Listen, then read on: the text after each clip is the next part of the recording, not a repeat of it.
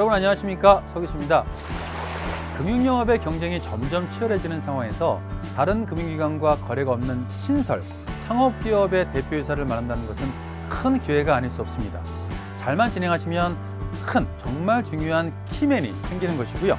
회사의 성장 여부에 따라서 지속적인 부수거래의 유도가 가능하기 때문에 신설, 창업기업은 정말 중요한 고객이라고 보시면 될 것 같습니다. 자, 이번 시간에는 신설, 창업기업에 대한 영업 전략과 준비사항을 알아보도록 하겠습니다.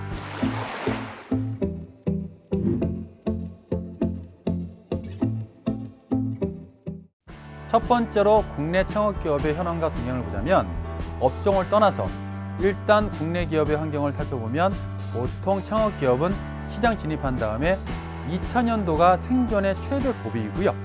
약 40%의 창업기업이 5년 이내에 안타깝지만 폐업을 한다고 합니다. 창업기업은 시장 진입 후에 3년도까지 조금만 견디면 그 이후부터는 퇴출 위험이 현저하게 감소하고 다음 단계로 성장하는 경향을 보이고 있습니다.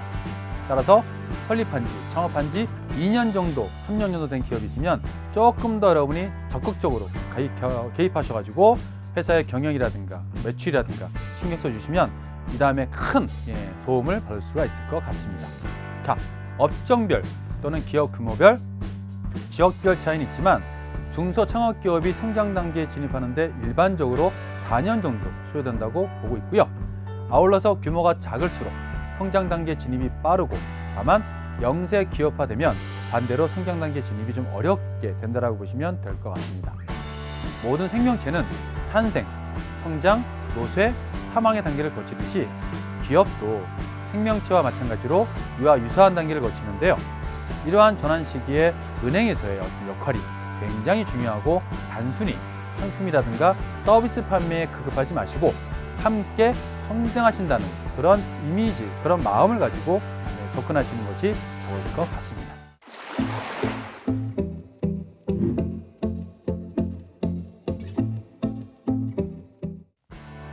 창업기업의 사업계획서 심사 체크 포인트에 대해서 말씀을 드리겠습니다. 창업기업의 여신 실행할 때 사업계획서를 면밀히 검토한 다음에 향후 성장 가능성 확인을 통한 마케팅과 영업 집중 정도를 판단하는 것이 좋겠습니다.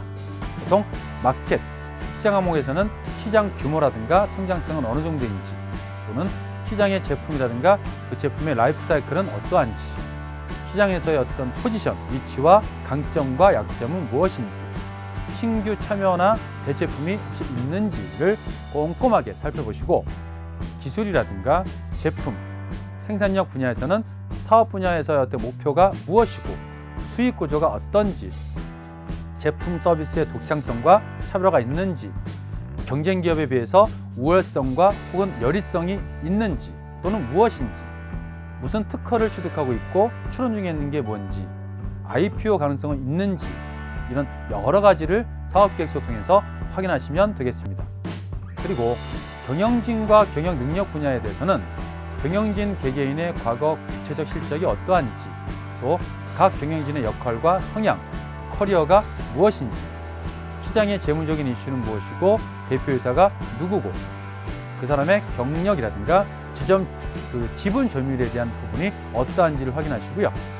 마케팅과 재무적인 부분에 대해서는 독자적인 영업, 판매, 가격 전략이 있는지, 또는 한촉 수단이 갖춰져 있고 신규 고객 개척력이 있는지, 판매 계획에 근거한 예산이 적정하게 작성되어 있는지, 또한 사업에 필요한 자금액과 그 조달 계획이 타당하고 재무 예측이 너무 낙관적이지 않고 관계회사와의 거래가 명료하고 회계 감사를 수행하고 있는지 등등을 확인하시면 되겠습니다.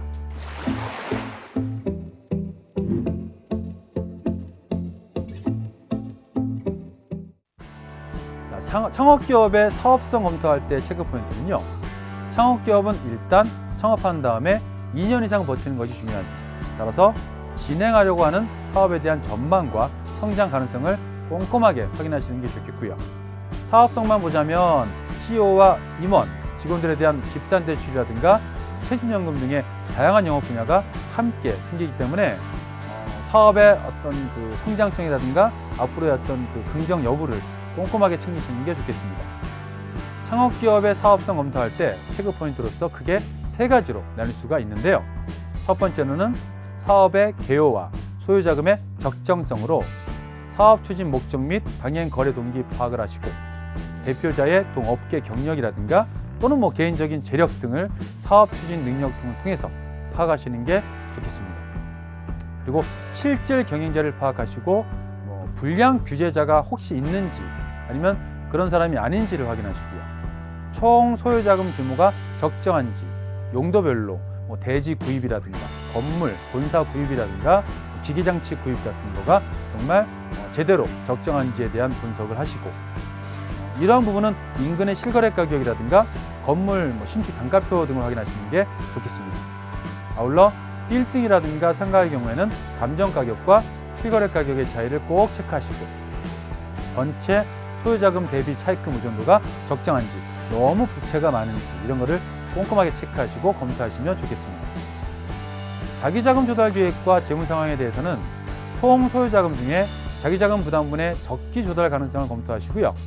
업체 및 경영자의 자금 여력, 금융자산이라든가 부동산 또는 기타 자산 등을 파악하시고, 매출액, 영업이익, 재무 상황, 현금 흐름 등의 추세를 검토하시고, 외감 대상 기업 같은 경우에는 감사 의견을 적정, 한정, 부적정 의견 거절 등의 감사 의견을 어떻게 받았는지 그 시용도를 확인하시는 것도 좋은 방법이라고 보시면 되겠습니다.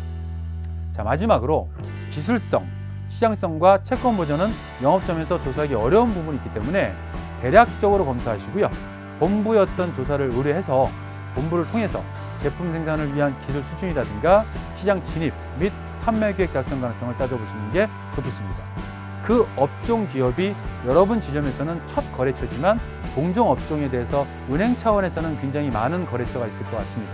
그래서 다른 지점의 실제 동종 업종이라든가 비슷한 어떤 면역의 회사의 사례를 보시고 서로 정보를 교환하시는 것도 또 하나의 방법이 아닐까 싶고요. 여기서 신용평점 산출 및 적정 신용 등급인지 확인하는데, 또한 금리, 대손 충당금, 담보 운영 및 결제 과정에 어떤 영향을 미치는 게 무엇이 있는지 확인하시고요. 채권 보전 방안은 적당한지 검토하시고, 대출 금액, 적용 금리 등은 수용 가능한 수준인지를 검토하시는 게 좋겠습니다.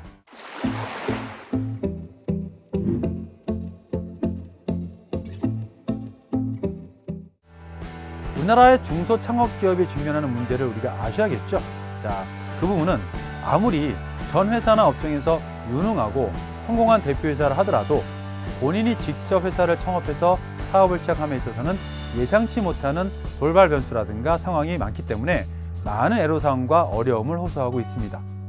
창업기업이 직면하는 문제에는 경쟁 제품과의 차별성 약화가 있겠고요. 그다음에 매출 증가를 위한 고비용 서비스 제공 여부, 또는 경쟁기업 수준의 가격 유지, 고비용 저효율의 광고 채택 여부, 또는 중장기적인 고정 매출 추락도 등이 있는데, 유능한 직원 채용과 관리도도 큰 문제라고 보시면 될 것 같습니다.